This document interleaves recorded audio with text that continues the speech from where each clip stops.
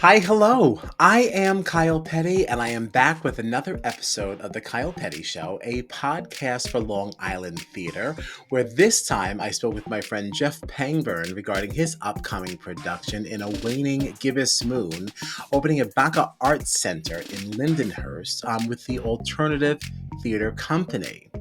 But before I get to that, I just wanted to say thank you to everyone. I was very hesitant to thank anyone for this too soon because, what if somebody unfollowed me or something like that? But we have reached over 500 followers on Instagram, and I'm just absolutely thrilled about that. Thanks for the support and everything.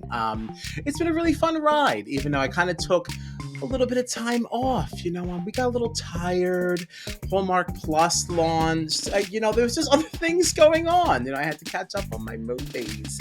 And with that, I also want to say that a little thank you to anyone who voted for my nomination in, Long Island's, Best of Long Island. Contest, competition, whatever you want to call it, sponsored by Bethpage Federal Credit Union. Thanks a lot for that nomination. Go toss me a vote. I'm not going to win, but toss me a vote anyway. bestoflongisland.com under arts and entertainment. You'll find me under Best Long Island personality. There's definitely more important people on the list, but it's just an honor to be nominated. So thank you for that. Thank you for the support of the Kyle Petty Show. It definitely is like just a little passion project of mine. I really had a very good time connecting with people in this way. I've been saying to some people, it's been so fun because you meet so many people like after a show and things like that. You say, oh yes, good show and blah, blah, blah. And it's so nice to meet you and yada, yada, yada. But that's really it. There's not a whole lot of substance to those exchanges. And it's been very, very cool to meet people in this way and have these conversations. So thank you to anyone who's been on the show. Thank you for your interest in ever being on the show. And thank you for just supporting and watching and listening. It's really been a blast. And with that, here's Jeff Pangburn. Welcome back to the Kyle Petty Show, a podcast for Long Island theater. This time I am joined by Jeff Pangburn, who will be starring in the Alternative Theater Company's production of A Waning Gibbous Moon from October 18th to October 27th. Thanks for hanging out today. How are you, sir? I am good. I'm so good to see you. Good to see you on a nice sunny morning. Yes. Yes. So obviously we've known each other for quite some time. You're certainly not new to me, but you're new to others perhaps. So who are you? Tell us things. So thank you. I'm Jeff Pangburn. We have known each other a very long time, so it's hard to introduce myself to you, but to your audience, I guess is Not to me. That's you. Yeah, I've been doing Long Island theater for a while now. In a lot of different places. But lately I've been, the past couple of years, involved with this new company, Alternative Theater, and we're doing our second show, which is coming up. And I'm very excited to talk about it with you and your listeners. Excellent. Well, you mentioned now the Alternative Theater Company. So tell us a little bit about them. They're certainly newer to me. I know your first production with them was last year in their blockbuster show, Sonder. So tell me a little bit about the Alternative Theater Company and what is their mission statement? Why are they here? Sure. Great question. So Alternative Theater, it was founded in, I think it was the early 90s by Joe Marshall, who was our director and author of A Waning Gibbous Moon. He founded the company when he was in Arizona, and they had a pretty successful run over there. And then I believe it was 2009, relocated here to Long Island, and has been since then working as a director in some theaters in Western Nassau and directing some shows. I met Joe in 2014. When he directed Little Shop of Horrors at Studio Theater in Lindenhurst, and I was lucky enough to be cast in that show. I didn't know he directed that. Yes. So that's the connection. That's the connection. Wow. Yeah. Okay. Yes, see, we're all learning things. Yeah, he was the director of that show, which was a wonderful experience. And then really didn't really hear from him for about 10 years, or really was involved because I was doing other things. And I happened to see, I don't remember where it was, on one of the Facebook groups or whatever, that they were looking for an actor for Sonder, which I nothing about in alternative theater. And I saw Joe Marshall, and I said, I know Joe Marshall. So I sent an email. I said, I don't know if you're still looking for someone, but I'm available, and I'd like to know more about it. So he sent me the script, and I said, oh, this is really something. So that show, we did that show last year, last summer, fall, and just it was just a really, really great experience to do a play after 15 years really of just doing musicals exclusively and loving musicals. Like, I can't tell you how much I love musicals, but to do a play that I hadn't done a play since college, and exercised a lot of muscles that I hadn't used in a long time, and Right. really had a great time with that. So that was like alternative theater's first real production here on Long Island. It was actually a world premiere because that show he had written some time ago and had never actually been performed. They had done some staged readings in the city. They did an equity showcase, I believe they did with it, but it had never actually been performed as a production. So that we did the world premiere of Sonder last year, which is exciting. And then when he said, we're going to do another one this year, I was, completely on board. Now, a lot of the productions that the alternative theater company produces, they're like original works, right? We're not just finding other people's stuff and putting it out, because I think is also unique to them. Sure. Well, to talk about, like you asked about their mission statement. So the mission statement of alternative theater really is to showcase productions by and about queer artists, right? Mm. So the Sonder Joe wrote was himself, and same with A Waning Gibbous Moon. It's a new company, right? So we're doing his works right now. Well, he's got a bunch of shows that he's written, and they're in the packet, ready to go. But so it's easier for a company that's as small as alternative theater is right now to do that. But I think as it grows, which we hope to do, we'll be hoping to do bigger shows. Shows that people actually, may know. Like we've talked about falsettos, and we've talked about A New Brain, and Falsettos. shows that are queer shows that we would love to bring to Long Island, that the bigger theater companies just can't or won't do. But hopefully we can do them as the one company on Long Island that is really dedicated to amplifying queer voices. And I'm sure that they'd be open to to doing shows that were written by queer authors or queer directors here on Long Island as well, and because we do want to grow. It's not just going to be a showcase for Joe Marshall's Right. productions, but that's what we're doing right now to gain awareness and to to show people what we are all about. And to get the ball rolling. Yeah. Sure. So, what is A Waning Gibbous Moon about? And because this is also not the first time this has been produced, right? Right. I think I read that this was also done off Broadway like It a few was, years ago. Hmm. and it was also done at studio. Oh, excuse me. Yeah, a few years ago. So A Waning Gibbous Moon. So what's it about? So it's a small show. It's just four characters.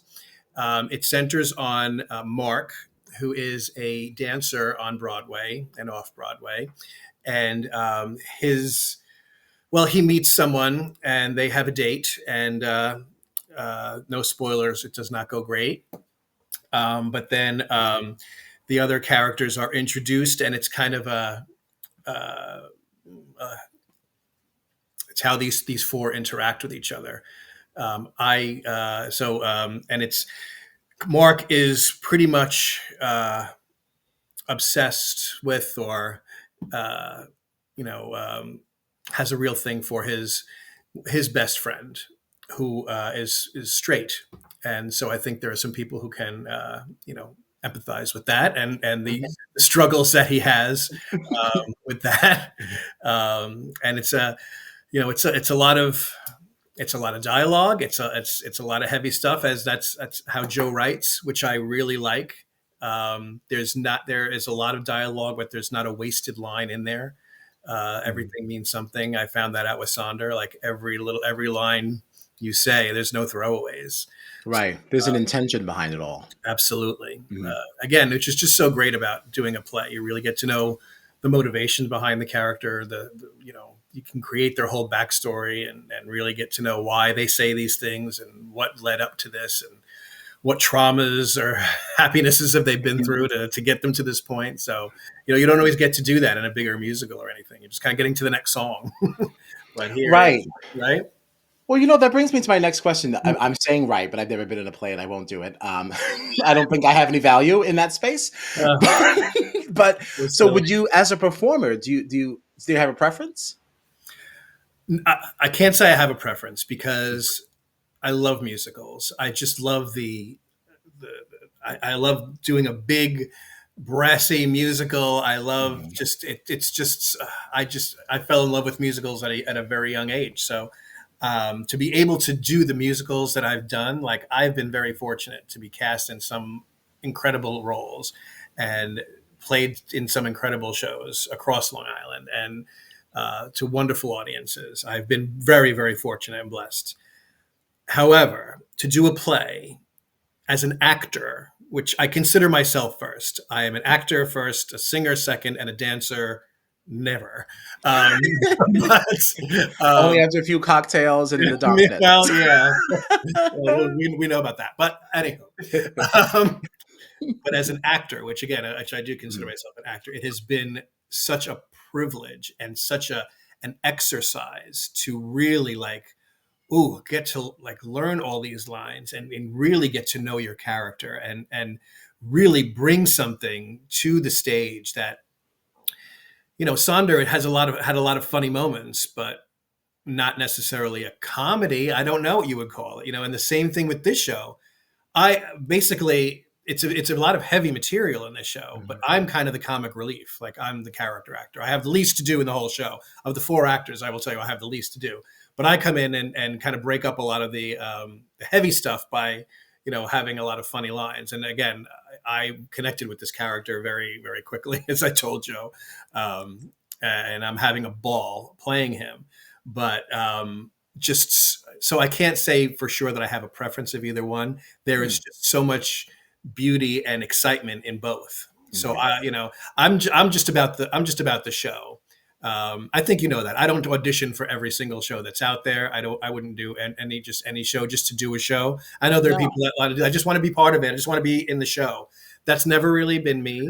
I like to be, like, have a connection at least to the material and be in the show, and be part of it. So again, been very lucky to be able to do the shows that I've been able to do. I don't get cast every time, but when I do, I've been pretty lucky. No, that's great. So tell me more about the experience playing Stan. So when you read the script, what exactly was it about that character that drew you to it? I have really come to realize, and I think it started with playing Mr. Mushnick in Little Mm. Shop, that Thanks, I Joe. am. What's that? Thanks, Joe. Oh, thanks, Joe. Definitely, because Yeah. it did start with that. Um, it made me realize that I am a character actor. Like, that's my jam. Mm. Like, that's where I fit in.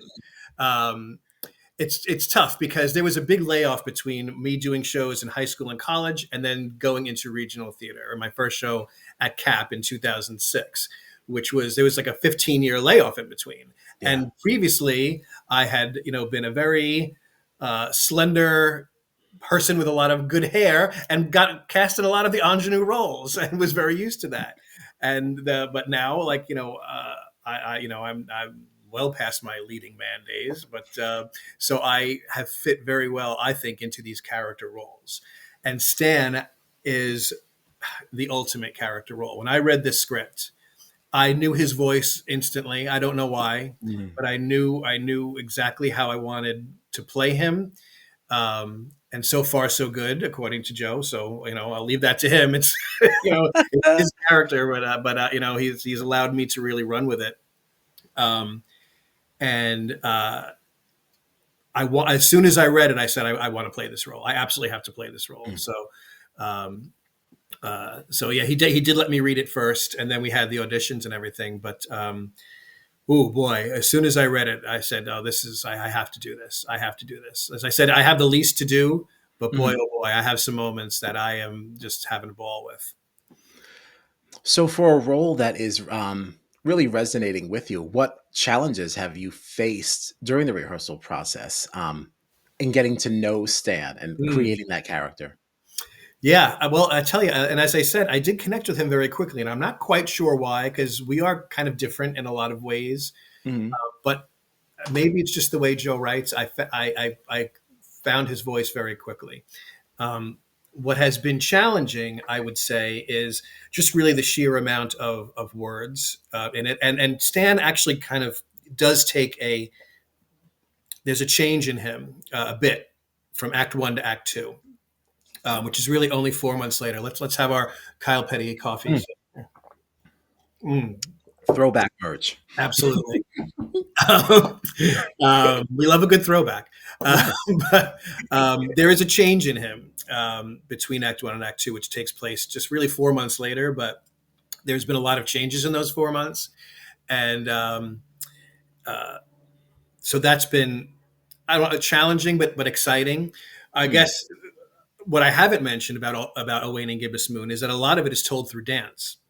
Since Mark is a dancer, um, he does a lot of what he does through dance, and some of it is actual dancing that he's doing within the show. Some of it is dreams that he dreams about certain things, and these dream sequences sometimes take place through dance. And there is a dance that I am in, which to me is Is that so? I thought oh you yeah, said dance or never. And those well twinkle yeah, toes. yeah. I mean, it's a dance, but I'm really just I'm a mover more than a dancer. I can move and I can count. That's always the thing. Some directors have told me, no, you can dance because you know how to count. You know what a beat is. I'm like, all right, I do, but I'm not. We Nobody's. may know the mechanics. Yeah, That exactly. doesn't mean I should be in a chorus line. Exactly. I know that I have to put my right foot over here on beat four. That's fine. Right. I can do that. But don't ask me to do a tourtelar and an Right. arabesque. that's no one wants to see that. I don't even know those That's things not going to mean. look good. So there is a dance that I am in, and again, I don't have to do a heck of a lot other than move, which is fine. But that's it's a challenge because again, if even if you're not doing, you still have to. It still has to look good. And Right. I don't ever want to be the one that people are looking at being like, oh God, What happened here? yeah, yeah, oh, How'd this guy get up here? yeah. They cast this guy in a dance show. Oh my, Yeah. Oh man. Oh, how do you get out of here? No. Stupid. Now you did share a fun fact with me yesterday regarding the show because Justin Semino is who's playing Mark, right? yeah, correct. Um, and he's also choreographing this, which Yes. sounds like I just think that's a fun fact there. What a daunting task because we're also not a person that doesn't have like a real job, right? So we have like things to do on top of all this. So just wanted to throw that out there. Shout Yeah. out to him. Shout out to him Yeah. completely because Yeah. we did have a choreographer that we lost in the very beginning of the process because she got a little overextended. And Mhm. Justin, who has the most to do in the show, like he is the lead of this show and is doing an incredible job, um, and has to do every emotion that you can possibly do, and has these enormous monologues and these very heart wrenching dialogues in the Mhm. show. He put up his hand and said, "We need a choreographer. I'll do I'll do this." it.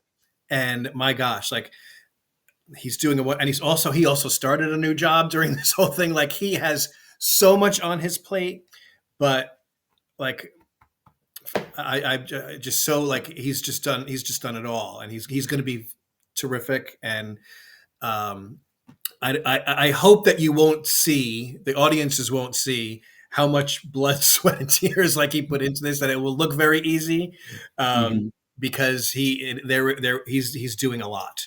He's doing a lot, and he just put his hand up for it.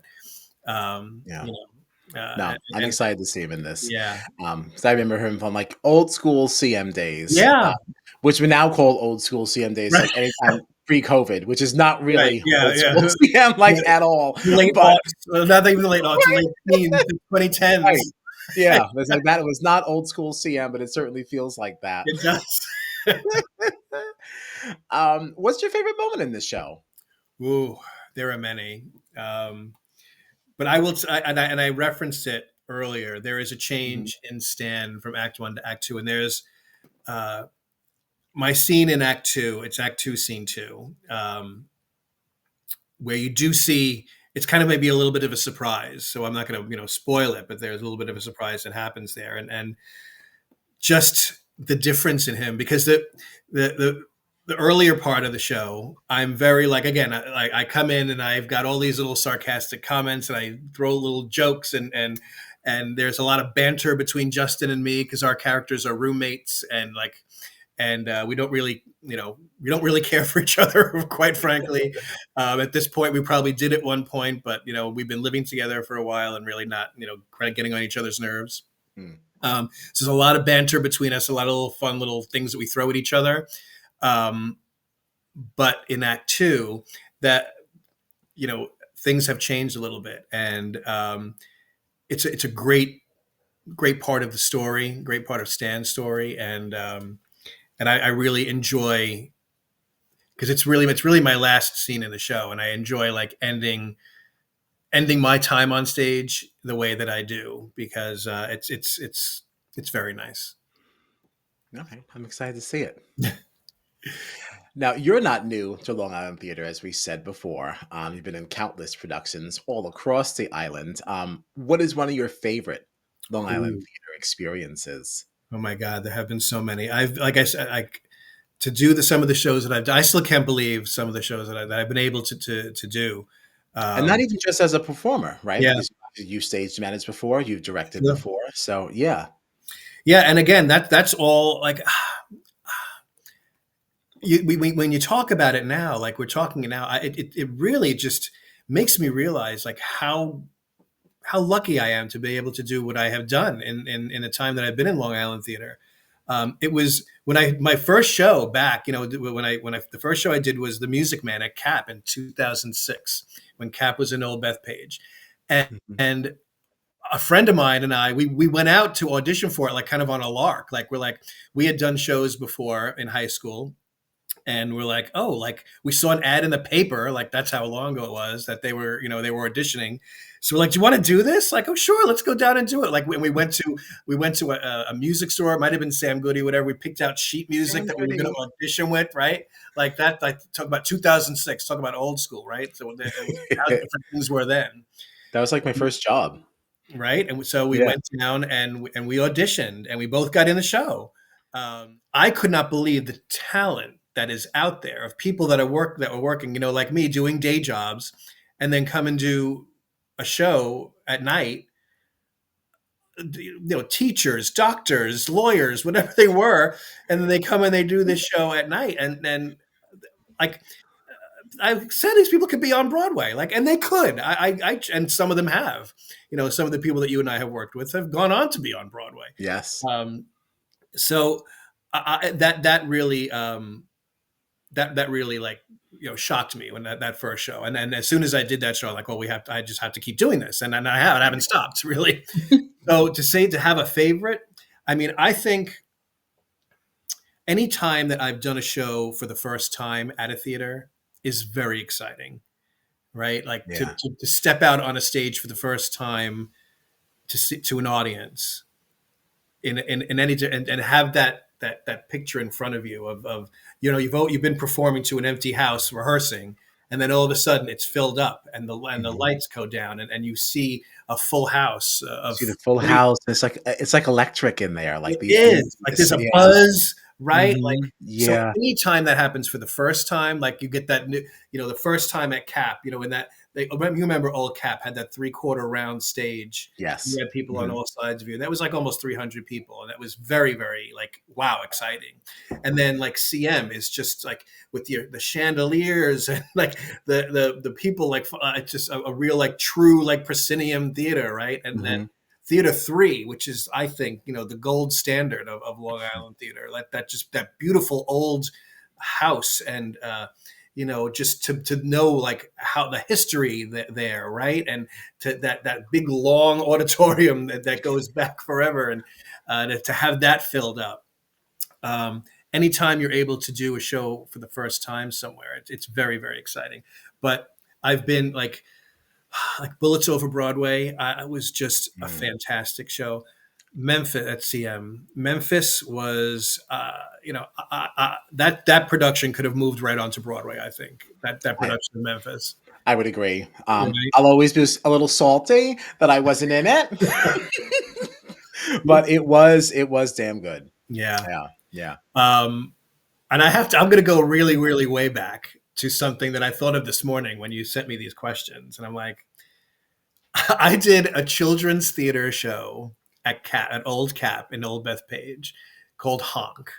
It was very much in the beginning of me being at Cap, and they asked me to do children's theater, and I'm not, children's theater not my thing, but this show was, if it was so funny, it was so cute.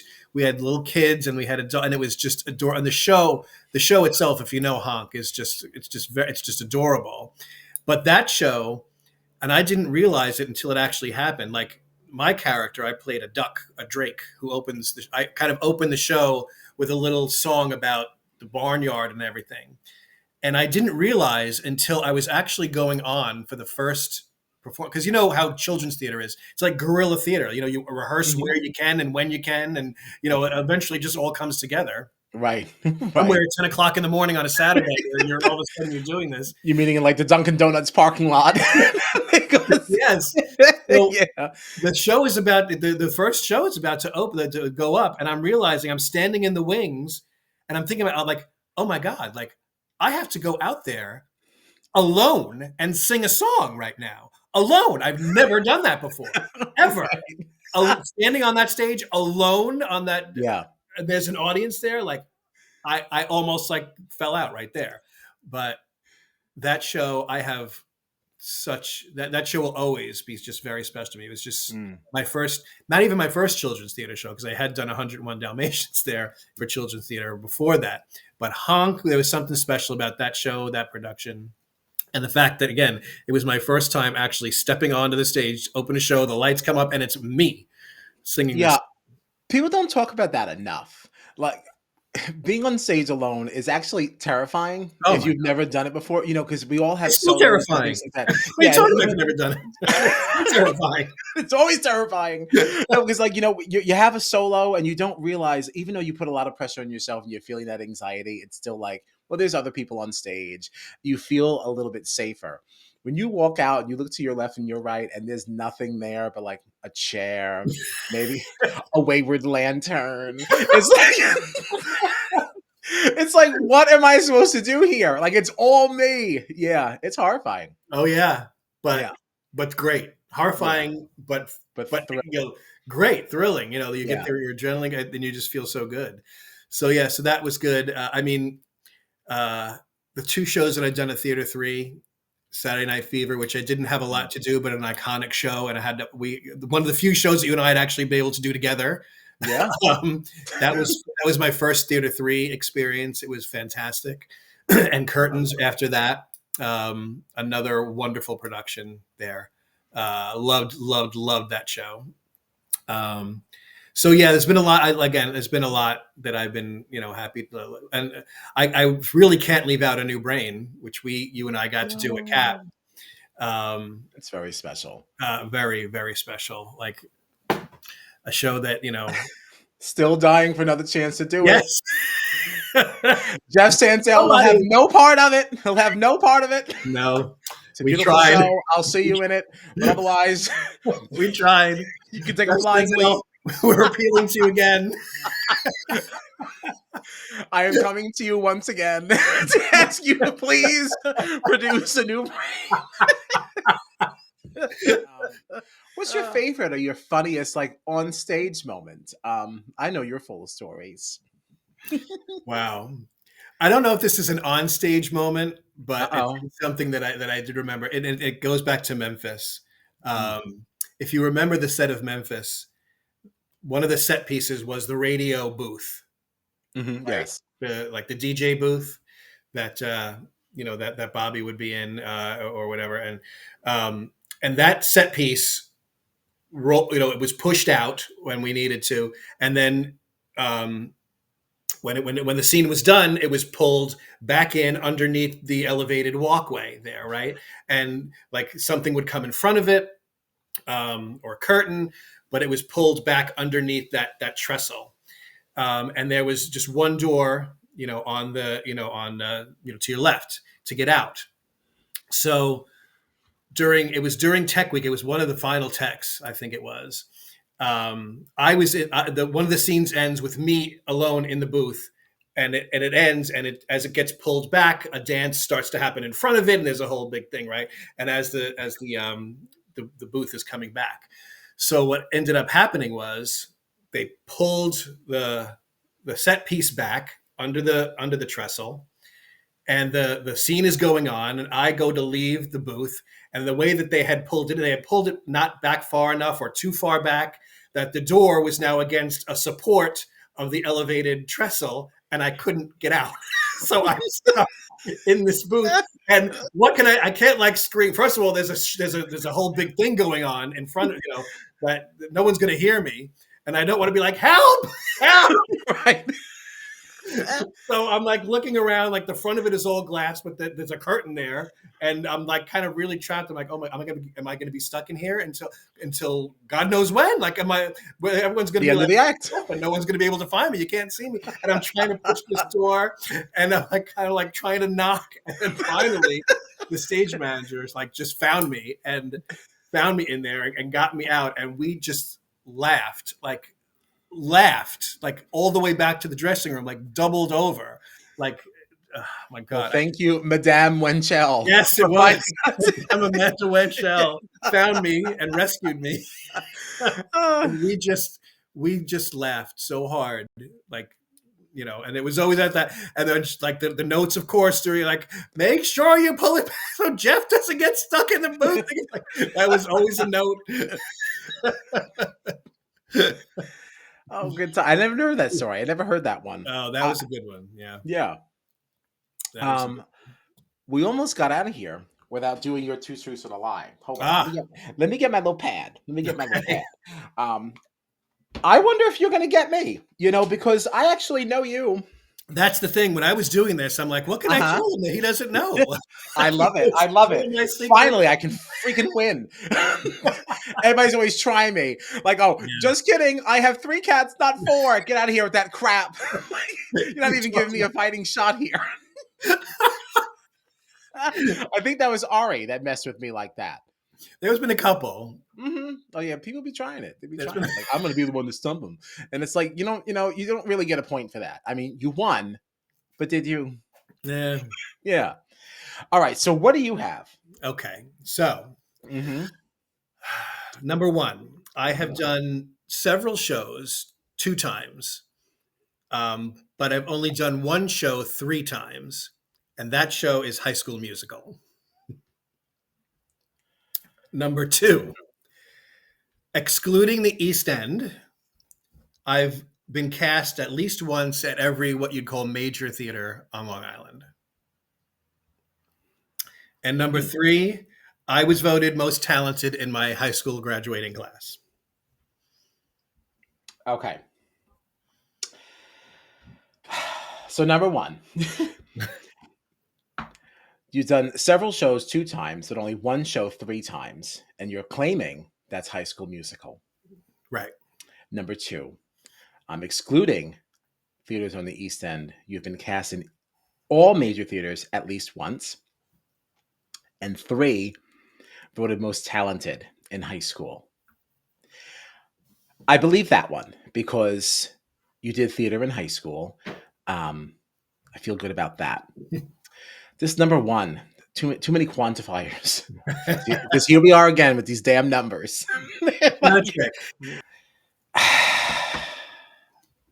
I'm still going to say number 1 is the lie. Because have you done High School Musical 3 times? I'm going to say number 1 is the lie. Is that your final answer? No, it is. That is my final answer, number 1.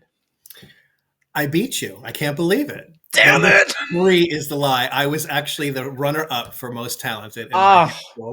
well, It was how dare that person? well, it was given to a very, very talented musician, Okay, who fine. played in the orchestra for a lot of our shows in high school. But I think it was 3 votes, and yeah, it's 35 years later, but I'm still talking about Still it. pissed. Yeah, yeah, but he was very talented. So it is true. I've done a lot of shows twice. I have done High School Mhm. Musical 3 times. The first time Where? at Original Cap, when John Dunphy, Okay. our friend, played Troy Bolton.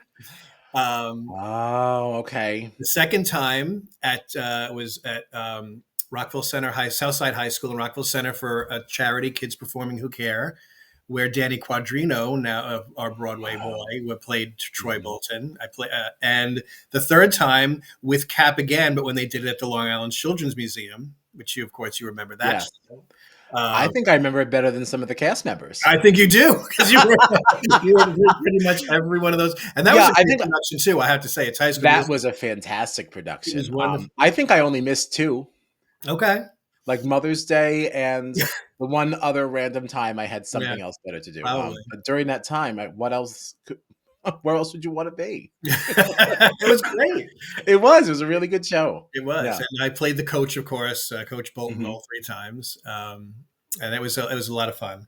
And excluding the East End, like I guess anything east of like Theater 3, I can't count those because I don't really go out there that much. Right. But I have been when I thought about it, yeah, like you said, Theater 3, CM, even Bayway. I was in the last show, main stage show at the Bayway Arts Center, which was Curtains, Mhm.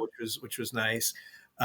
Cap, CM, of course, and Merrick, the Merrick Theater. We've done a couple of shows Merrick. there.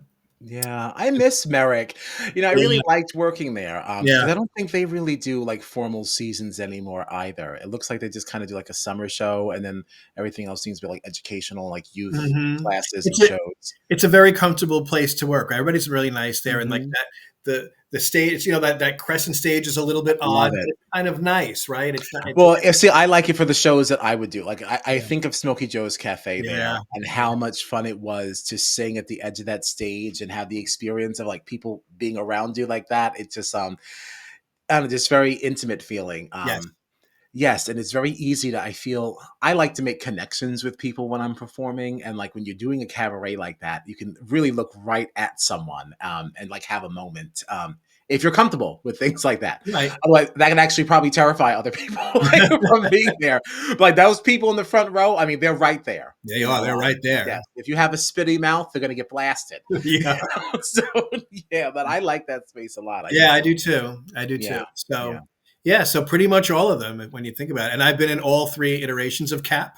um, and actually, yes, there have been more than 3. And if you think about the ones that aren't there anymore, so we know there was Old Bethpage, then they were in Plainview for a while. Now they're in Syosset. I was lucky enough to do Young Frankenstein at Syosset Cap, mhm. but we also were in Rosslyn when they were there, And, right? like, there was, like, original Rosalind and then second Rosalind. Right. I didn't do. You Yeah, did something. You did Hairspray at Second Rosslyn, right? I never did. I did Hairspray at second Rosalind. That's when I was Motormouth. Yes, I remember. And we chuckle about it, but, like, I'm really proud of that one. Like, I I really had a good time. Like, I would Yeah. love to play Motormouth again. But every time I think of it, though, I think of the boobs and just it was like that huge, huge throw pillow that like we took like that elastic and like cinched it in the middle to make it like that too. And like when you would look at me straight on, it's like because obviously I've always been big, but when I was big then too, and it would look fine straight Right. on. The second you turn, And take a couple people out. I mean, you can make Stuffy go flying. But yeah, it was really just the boobs. That was really crazy. But oh yeah, that was a great time. That was a really good time. I love Hairspray. I love Hairspray too. Yeah, yeah. Yeah. That's a Hairspray. show I feel like I could do that show for the rest of my life. Yeah, I would definitely do Yeah, Hairspray again, play Wilbur again. Again, these character actors, I just connect with yeah, them, and fun. it's just fun. It's Hmm. fun, like because you start off being in the ensemble, right? Which is what I did my first show. And ensemble work is great. You get a lot of good music. You get like a lot to do. Yes, I miss being in the ensemble. Yeah. I just need an ensemble show that doesn't have like a lot of dancing, Right. Right. because Yeah, but Yeah, I mean, but so you can. Well, you can get through it, if you're in the ensemble. It yeah, depends if you it's can. It depends. not if you're in the ensemble in Newsies, obviously, but in certain other things, you can get through it. So I always enjoy being the ensemble. But when you get these Mhm. character roles like Wilbur and Mr. Mushnick and Stan now, like it's just because you get your little moments too, and Mhm. it's just great. Yeah, Hairspray's fun. It is. Hairspray's fun. Yeah. Good stuff. So I know this hasn't opened yet, but do you have your eye on anything else theater related? Like, what do you think might be next for you? I don't know. I guess it depends on what comes around. I just always kind of look and see. You know, pre-COVID, as we talk about the old days, I was kind of like doing anywhere between 3 and sometimes 4 musicals a year, which is a lot, Yeah, right? You were always doing that's something. too much. And after COVID, I don't know what happened, but I don't have the stamina to do it anymore. Like I just couldn't. Um, even just doing this show and then the rehearsal process and everything. Like I'm ready. Not that I want it to be over, but I'm not ready to jump into anything right away, right after this. So we'll I see hear what you. comes around and, maybe early next year.